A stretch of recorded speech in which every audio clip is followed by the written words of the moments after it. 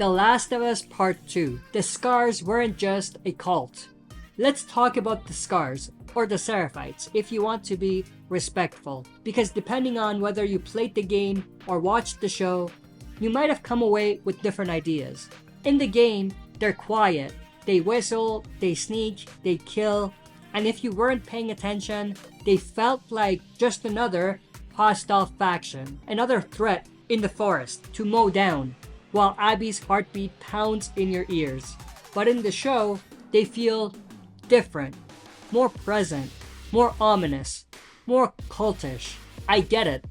The game didn't spend so much time or as much time fleshing out who they were. So what we did see leaned hard into the mystique. The ropes, the symbols, the chants, the creepy silence.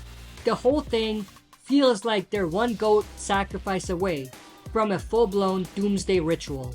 But that's not the whole story. And that's why we need to rewind to the game. Because the Scars weren't just a cult. They were a reaction, a rebellion against the old world. They believed the fall of society was a necessary purge, that modern technology, greed, and control were the virus, not the cordyceps. They followed the teachings of one woman, the prophet, later called the Lady. She preached peace, simplicity, living close to nature. And when she died, surprise, surprise, her message got distorted. The religion became law.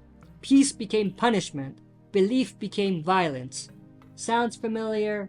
Yeah, it always starts with faith and ends with fire. So when the WLF, Washington Liberation Front, rolls in with guns, trucks, and stadiums, the Scars see it as everything they were trying to escape. The WLF sees them as fanatics. The Scars see the WLF as oppressors.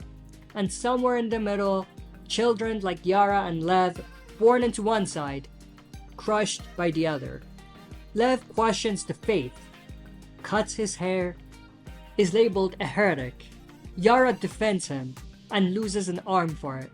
So when Abby, the poster soldier for WLF, teams up with two kids the Scars tried to erase, that's the game telling you there's more here. The lines between monster and martyr aren't just blurry, they don't exist.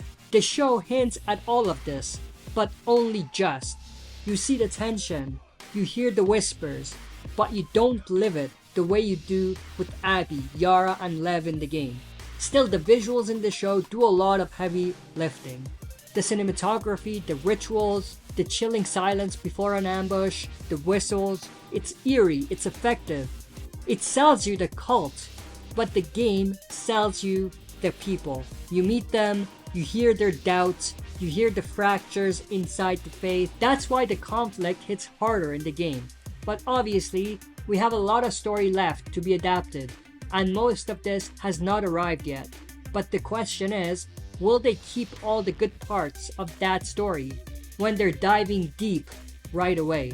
Because sometimes showrunners start off telling us a great bit of detail early on, only to rush things at the end. The game did it sort of reversed, and it was effective.